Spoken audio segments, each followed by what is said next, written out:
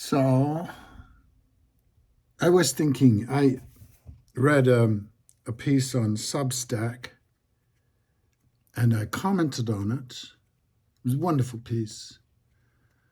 And I commented on it, and somebody commented on my comment. And he told me, or he said that apparently in the recent spate of the confirmations or affirmations, whatever they're called, of district court judges in the United States, that there were 30 applicants, and 30 out of 30, when asked what they felt or what their opinion was on January the 6th, abstained or said, I don't want to get into that. I'm not going to talk about it, all the rest of it. And these were all Trump appointees, so it's the Trump department, DOJ, whatever it is, however that machinery works. And I thought, well, yeah, that's disgusting. That's just appalling. And then I thought about, well, when the New York mayoral race, 7 out of 8 candidates they were all asked what they would do upon winning the office, and 7 said, well, the first thing I'd do is go to Israel. And then famously one said, no, I would stay in New York. And the thing that all this brings to mind is a sense of how these rather exalted careers, jobs, professions, let's say, in probably everywhere in the world, I don't know, how compromising they are in terms of integrity, let's say. Now, it could be that all of the candidates of New York, apart from Mamdani, are pro-Israel in that contestation. That might be true.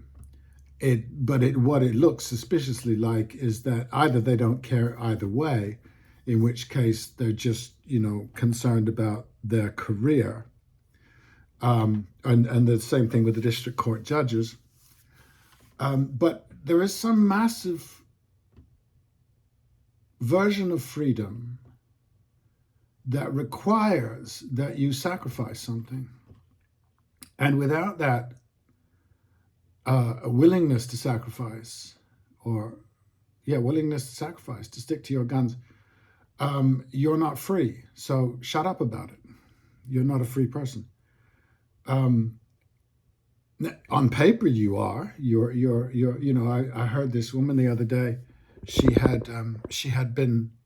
quit her job, and again, it was she'd been highly trained for it, lots of expensive education, and I forget exactly what it was, but it was a highly complex thing that she did. And she quit her job in protest because her employers were, in a sense, as she said, very Zionist, not just, sympathetic in that direction, but very whatever. And so she quit. And then she said that since she's quit, she's had a terrible time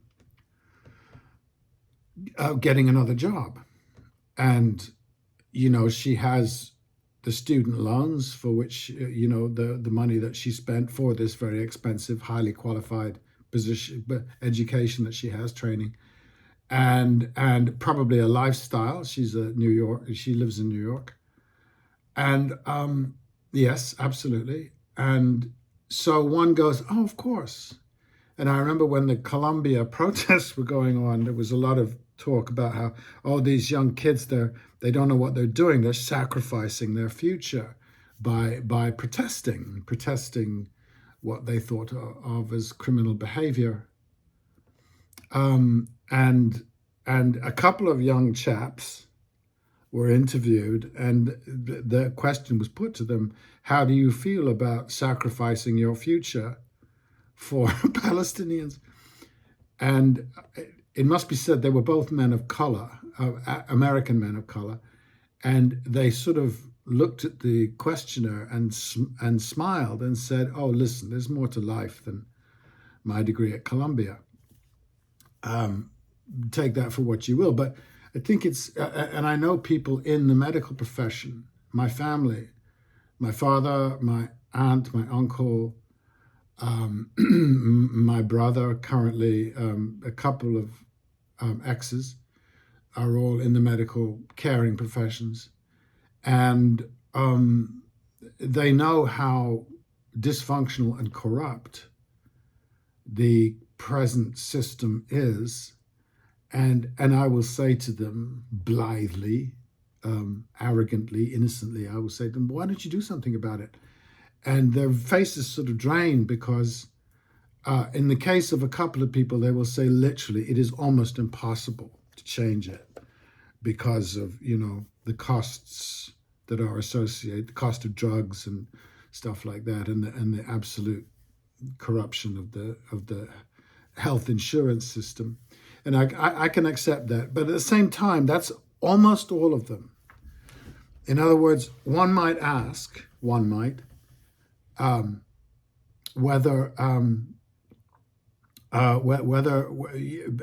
almost one might ask a physician who has these opinions about the healthcare system. And when my brother graduated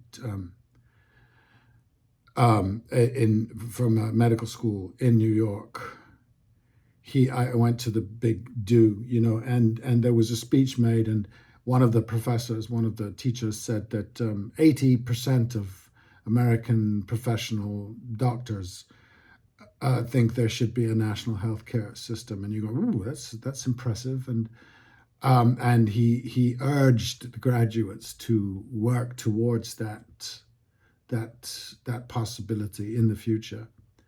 And I don't know, because I'm not close to that right now, that world. I don't know. Maybe it is happening. Maybe doctors are saying, "Fine, no, we will create clinics that are deeply affordable," and I mean not just out-of-pocket expenses, whatever it is. But they don't, as far as I can tell. They don't challenge the healthcare system itself. They go along with it. And I'm not sure what this is all about, but an option that we all have. I mean, I work in the film and television and theater system, and it's nothing to do with integrity or courage or anything like that. But I found myself very, very early on running into game playing ideas, notions, people you should be nice to, people you should talk to, people in positions of power that you should kowtow to and tug the forelock and stuff like that. And I didn't. And it wasn't, again, it's nothing to do with integrity. It's just I couldn't. Because the sort of work that I do, and I have worked a lot. I work all the time, but much of it is now in these later days is on my own, off my own bat, with my own crew and stuff like that, independently, let's say. But it's because that's what I enjoy doing. In other words, part of the job of being an actor, probably an artist, probably a human being, is disobedience to the powers that be. And there's a cost to that, considerable cost.